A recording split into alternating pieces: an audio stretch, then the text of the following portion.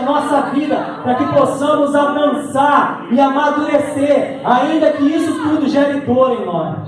Pai, toma a nossa vida em Tuas mãos, fala ao nosso coração, em nome de Jesus.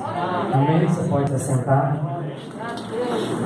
Eu vou tentar dividir contigo algo que Deus pôs no meu coração. Eu prometo que eu não vou demorar. Mas a gente pensa em amadurecimento, né? Nesse tempo que a gente está vivendo, e acho que é um tema desafiador para todos nós. E quando eu fui pensando no tema, eu pensei no Josué. Para mim é um homem que, apesar de maduro, falhou. A primeira coisa que eu quero dividir com você é que, por mais maduro que eu e você sejamos, a gente vai falhar.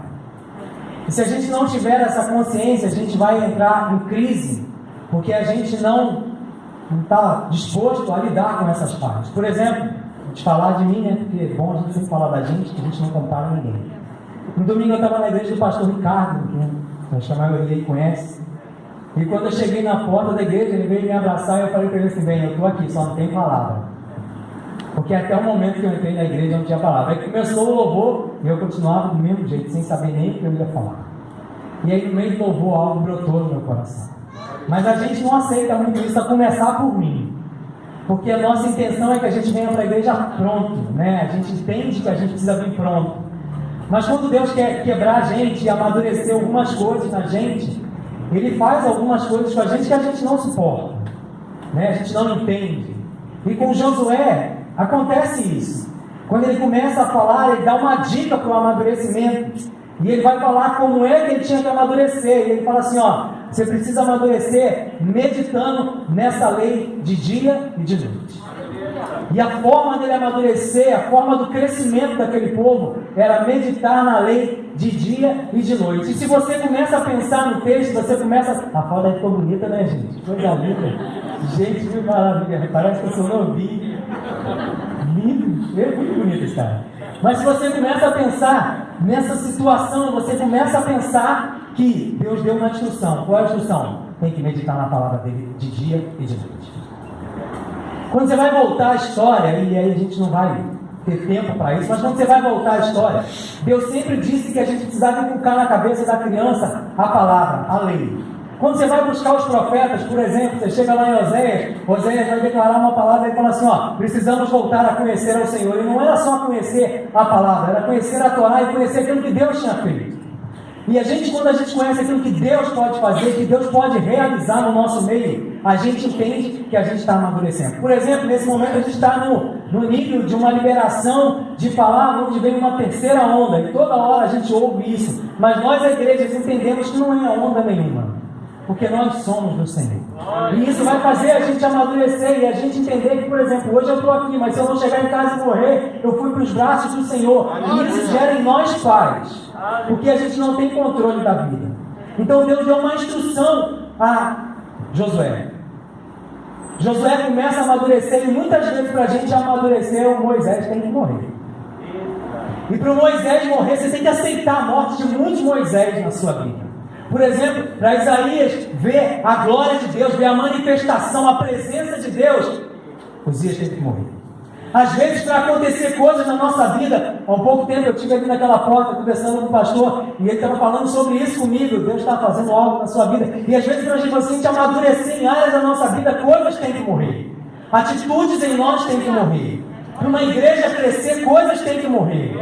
Sabe, existe uma forma de Deus trabalhar, e Deus estava ensinando essa forma a Josué.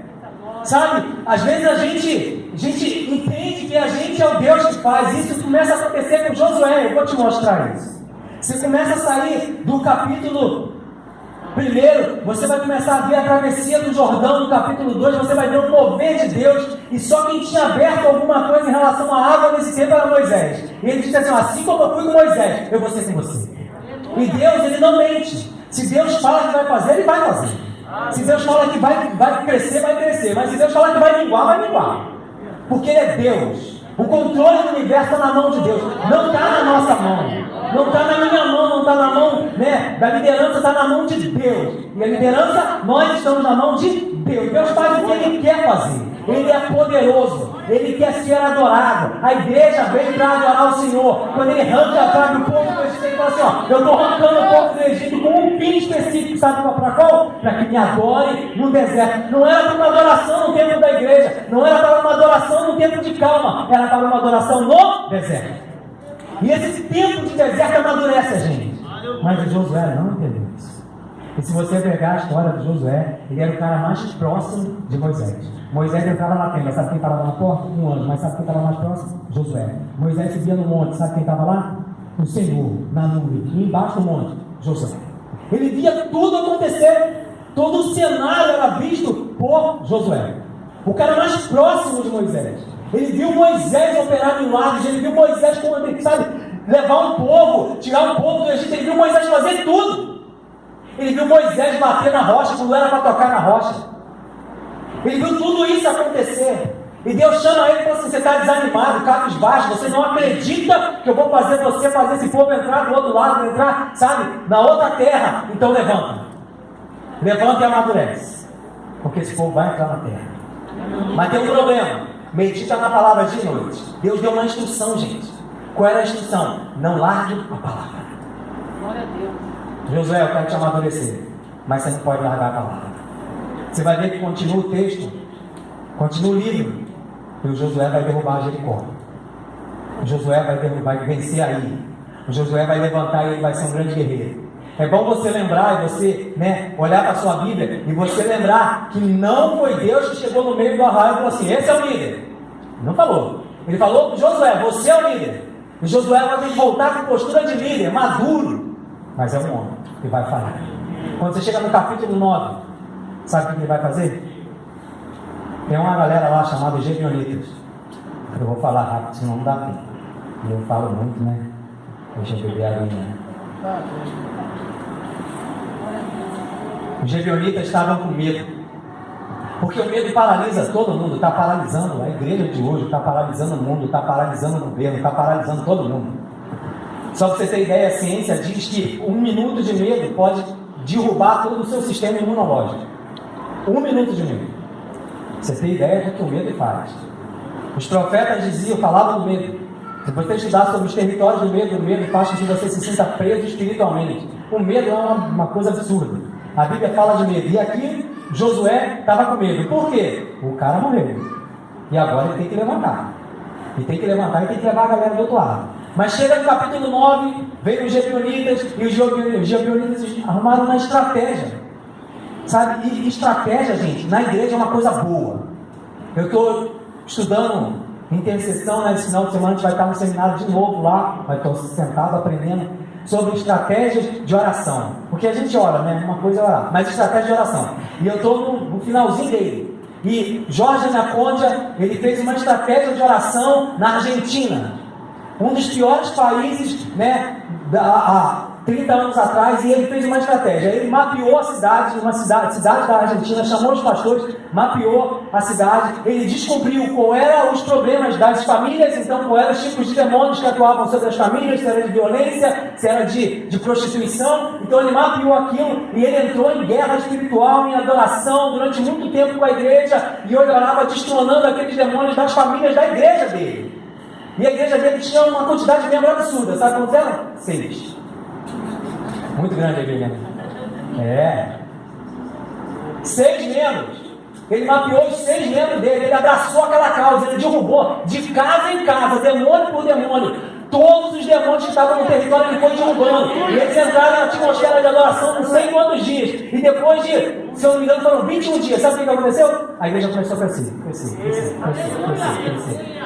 Amadurecendo e crescendo, amadurecendo. E aí ele começou a formar, sabe, crios. Eu não estou falando de célula, né? Não sei se aqui tem célula, mas é crios. E as pessoas oravam juntos semanalmente, derrubando aqueles territórios. E as pessoas que iam chegando iam ter que se adaptar. Olha, você está aqui debaixo dessa autoridade. Você vai derrubar os territórios que tem sobre a sua casa. E aí passou, se eu não me engano, 5 anos, a igreja dele tinha 450 mil membros.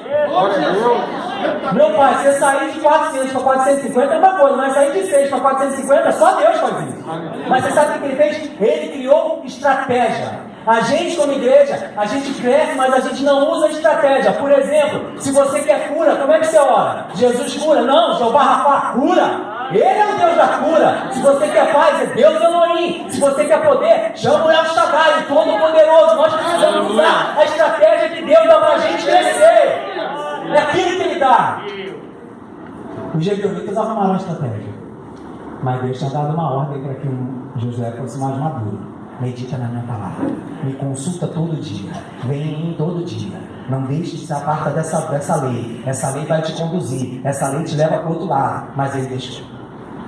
E no capítulo 9, os gibeonitas chegam lá e falam assim: olha, viemos de uma terra distante. Lembra que tem mentira no meio. Viemos de uma terra distante, a nossa roupa está toda ruim, o nosso pão está velho, está mofado, não temos mais água, e nós viemos aqui e queríamos fazer uma aliança contigo. A aliança para a gente a gente nem sabe mais o que é isso, né? A aliança para a gente é normal. A aliança para a gente é a aliança que usa no casamento, mas não é isso. A aliança na Bíblia é todo pacto que você faz, não pode quebrar. Sabe o que Josué faz? Tá bom, vamos fazer uma aliança, a gente não vai matar vocês não. A Bíblia diz isso dessa forma, ó, e Josué não foi consultar ao Senhor. E você vai ver que tudo aquilo que cresce pode minguar, se você não consulta Deus. Vai se passando o tempo, eu não vou ter tempo para ler com você, mas vai se passando os dias, e você sabe o que acontece? Os gibeonitas tinham um Deus, Israel tinha outro. Israel era o Jeová, todo-poderoso, Deus que criou o céu e a terra. E os gibeonitas? Era Og, era Astarote, e eles vão se juntando, porque agora eles vão ser servos. E o que você acha que acontece? Vai começando a acontecer um sincretismo religioso. Uma hora eu adoro a Yahvé, outra hora eu adoro a Astarote. Uma hora eu adoro a Deus, outra hora eu adoro o diabo. E foi acontecendo. Quando chega no capítulo 24 de Josué, ele vem e fala assim: olha, gente, a gente tem um problema. Qual o problema? Estamos servindo a outros deuses. O crescimento continuou acontecendo, mas eles serviam a outros deuses. O crescimento maduro não se serve a outro Deus. O crescimento maduro, você diz qual Deus é o seu. O crescimento, sabe, sólido, você diz qual Deus é o seu. E eles cresceram. Eu não sei se cresceram, mas eles incharam, e Deus está olhando aquilo. E você vê que Deus está olhando e Deus não faz nada. Deus está calado lá em cima, sentado no trono dele. Eu não sei como é que ele está, porque a gente não sabe, mas ele está lá. E ele está olhando tudo. Mas de repente o Josué vai tomar uma atitude. O Josué fala assim: ó, olha, gente, nós estamos servindo a outro Deus, mas hoje eu decido renovar a minha aliança com Deus, e eu e minha casa vamos servir ao Senhor. E parece que está tudo bonito, e parece que está tudo lindo, porque ele percebeu que o crescimento da casa dele precisava servir ao único Deus. O crescimento da igreja, ele passa pelo crescimento da sua casa, da sua família. Sua família precisa ser edificada em Deus. E você sabe o que é complicado? É que, por exemplo, você não sabe como é a minha casa, mas eu não sei como é a sua. Nem seu pastor sabe como é a sua. Ele não sabe o que você vê, ele não sabe o que você edifica, ele não sabe o que você fala, mas Deus sabe. Deus sabe se a gente vê coisas erradas ou certas. Deus sabe se a gente ora ou não ora. Deus sabe se a gente é transformado ou não é. Deus sabe se a gente ama ou não ama. E para que Deus está nos chamando? Para amadurecer e começar a amar um ao outro. Sabe, Josué não entendeu o que Deus falou. E deixa eu te falar uma coisa. Aparentemente, aos nossos olhos, aos olhos da igreja, numa mensagem, né? Eu falo de Josué, capítulo 24. Eu e minha casa serviremos ao Senhor, porque nós estamos decidindo servir ao Senhor. Sabe? Tiago vai servir ao Senhor com a casa. Parece que resolveu, não parece? Não resolveu, não. O problema começa aqui. É no capítulo 24 que começa o problema. Sabe por quê? Porque o amadurecimento começa quando eu reconheço que eu falho. Josué reconhece a sua falha. Ele sabia que nesse momento do capítulo 24, todo Israel já estava entranhado a Axera e a Astarote. Não adorava mais a Yahvé. O templo de Yahvé já estava largado. Quantas vezes a gente sabe que quer crescer, a gente quer amadurecer, mas o templo de Yahvé está largado. O nosso coração está largado em coisas desse mundo. Esse mundo está prendendo a gente, está encantando a gente. Aqui nós somos peregrinos e forasteiros. A única coisa que a gente vai fazer aqui é seguir rumo à Nova Jerusalém, é seguir para o céu. Esse tempo já era, nós precisamos amadurecer. E eu acho que a chamada que Deus despertou no pastor é o amadurecimento de uma igreja que está plantada aqui para ajudar pessoas desse mundo que estão em desespero. Você não sabe, talvez nós não sabemos o poder que a igreja tem. A igreja é santa, a igreja é gloriosa, é maravilhosa. Ela é edificada no Senhor. Ninguém derruba a igreja. Satanás não derruba a igreja. O inferno não derruba a igreja. Demônio nenhum pode contra a igreja. A igreja é linda aos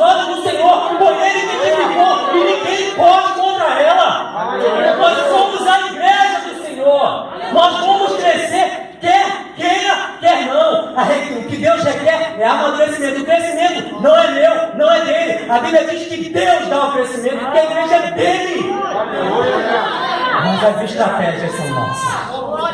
A estratégia de crescimento é nossa. Derrubar os portões de Satanás é nosso papel. Lutar é nosso papel. Você sabe quem é o meu maior inimigo? Eu. Sou eu. Minha vontade, minha emoção. Eu sou o meu maior inimigo. Quando você continua a história, oh Deus, lá em 2 Samuel, vai passar 300 anos, sabe, do período dos juízes. São 300 anos, aproximadamente. Depois está na monarquia. A monarquia do primeiro rei de Israel, Saul. E aí a gente tem uma incógnita, né? Foi ungido rei, foi ungido chefe do exército. Tinha uma diferença de unção. Unção com vaso e unção com chifre. Mas a gente não vai entrar nisso, porque não dá tempo. Mas tinha diferença de unção. O que se entende é que Davi foi ungido rei, porque foi Deus que chamou. E Saul foi ungido chefe do exército. Ele ia comandar o povo durante um tempo. Mas quer queira, quer não, Saul governou. Então ele foi rei. E foi 40 anos. Todo período normal são 40 anos. O tempo de crescimento e o tempo de descrescimento. 40 anos. É o tempo que Deus determinava para que um rei estivesse ali. E você sabe quantos anos ele reinou? 40 anos. Então nós já temos 340 anos. Mas o Davi começa na história. E o Davi começa a seu reinado. Ele começa, sabe, a governar. E de repente, quando você chega lá em 2 Samuel, a Bíblia diz que Davi vai consultar Deus, porque tinha fome na terra. 3 anos de fome. Está lá em 2 Samuel 21, eu vou ler para você. Está assim, ó. Houve dias, em dias de Davi, uma fome na terra em 3 anos consecutivos. Davi consultou o Senhor, e o Senhor lhe disse: a culpa de sangue sobre Saul e sobre a sua casa, porque ele matou os Gebeonitas. O pacto aconteceu 300 anos, ninguém lembra mais daquilo. Saul não sabia do pacto, Davi não sabia do pacto, ele já era nascido nessa época, mas o Josué fez o pacto. Para Deus, o pacto que você fez precisa ser quebrado para que haja um crescimento saudável. O pacto tem que ser falado e quebrado. Quando, por exemplo, eu andava nas trevas, eu aceitei Jesus, Jesus agora é meu Salvador, mas eu andei nas trevas, eu tenho que falar, eu renuncio a Satanás, eu renuncio aquilo, eu preciso quebrar os pactos. Aí eles não quebraram, vem fome sobre a terra. O Davi agora vai fazer o que Deus ensinou a Josué, vai consultar Deus, o que Josué não fez, porque não estava maduro o suficiente. Sabe o que Deus responde? Tem culpa de sangue, quem matou? Saul me perguntando, se eu fosse Davi, eu falo, o que tem a ver com isso? Foi eu que matei, porque é assim que a gente pensa. Quando a gente não é maduro, a gente pensa assim, mas Deus está chamando a gente para uma maturidade em crescimento. Quando a gente quer ser maduro, a gente reconhece que somos falhos, a começar por mim, e eu vou caçar em mim os meus problemas. Pedro, você vai ficar olhando? Não, mas eu vou procurar. Por que eu vou procurar? Porque a Bíblia diz assim, ó, examinar é a si mesmo, é se examinar de novo, se examinar de novo, se examinar de novo. Opa, tem um problema aqui, Senhor, eu quero colocar isso diante do Senhor, e eu quero pedir ao Senhor que rompa esse pacto. Mas o pacto não foi rompido. Tem fome na terra, tem fome nos lares hoje, tem fome na igreja hoje, porque pactos não são rompidos. A gente age, sabe, como se nada estivesse acontecendo, mas a Bíblia diz que em Deus não muda e que dele não há sombra de variação. Então, da mesma forma que ele tratou essa situação lá, ele trata hoje. Ele trata hoje. O que a gente precisa fazer? Pedir perdão pelos pecados. O primeiro ponto do amadurecimento é que quando eu me tornei um líder, não quer dizer que eu sou maduro. Receber uma unção, eu recebi, todos nós recebemos, não significa que eu sou maduro. Não significa. Eu posso ser um líder imaturo. Josué era um líder nato, guerreiro, general de batalha. Se você estudar, ele era possivelmente o chefe de tropa na época de Moisés, um grande homem de guerra, mas em alguns momentos ele foi imaturo. Medita na minha palavra de noite, Josué, porque os Gebeonitas vão vir logo ali e eles vão te enrolar. Pergunta para mim o que é para fazer. Ele não perguntou e agora o povo vai passar fome. Deixa eu te fazer uma pergunta. Davi tinha alguma coisa a ver com isso? Não. E o povo que estava morrendo de fome? Também. O Davi teve um momento de maturidade. Teve. Deus falou assim, ó, não conta o meu povo. Eu conto, o rei sou eu. Aí ele começou a contar o povo. O anjo falou na ele, já não está matando todo mundo. O que o povo tinha a ver com aquilo? Nada. Mas quem morreu? O povo. O que acontece na nossa vida que a gente não consegue voltar atrás e falar: Deus, eu quero romper o que eu fiz. Eu quero romper uma aliança que eu fiz. A gente faz voto que a gente nem lembra. Voto que não deixa a gente crescer. Voto que não deixa a gente crescer e nem deixa a igreja crescer. Porque você é da igreja e a igreja é um corpo. E esse é um problema para todos nós. Não dá para resolver. Foi Deus que te orientou assim. Então, por exemplo, o pecado de Acã era o pecado de Israel. O pecado de um não é o pecado da igreja. E a igreja não vai. Não vai. Por que não vai? Porque a gente é um bando, a começar por mim, de pessoas cheias de mimimi. É verdade, me perdoa, mas é verdade. Eu tive de falar isso. Entendeu? Cheio de mimimi. Você sabe quem é o primeiro pecador daqui hoje? Eu. Mas a gente não pode falar que tem pecado na igreja. Por quê? Porque não vai ofender o meu pastor. Não, ele sabe que todos nós pecamos. E se você chega e divide, sabe o que você faz? Você neutraliza o inferno. É só dividir. Sabe, a gente precisa entender que Deus está chamando a igreja para esse tempo de crescimento, de dividir. Sabe, das mulheres se fazer reunião assim, ó, deixa eu falar uma coisa, pastor. Eu tenho problema, sabe, eu tenho problema com prostituição, meu marido é assim. Vai ter que conversar com meu marido. E a gente começa a dividir pecado, começa a dividir problema. E a igreja começa a crescer em amadurecimento. Porque quando o cara pegar o microfone, sabe o que ele vai fazer? Igual o nosso irmão fez. Eu caí aqui, eu levantei aqui, porque Deus faz isso aqui. A gente não tem vergonha de falar que cai, e não tem vergonha de falar que Deus levanta. Precisamos mudar a nossa postura. Satanás mudou a estratégia contra a igreja. Ele está causando medo em nós. Está causando medo. Pastor Josimar viu como eu fiquei depois de 2 dias de batalha espiritual, uma imersão, onde eu tive que tirar pessoas do território de medo. Sabe quem ficou com medo? Eu fui muito atacado. Muito, quase morri. Você não tem ideia do que está fazendo. Mas a gente não consegue reconhecer que tem pactos. Não consegue. A gente precisa pensar no Deus que fala assim, ó, eu não habito, sabe, em um templo que eu tenha que dividir.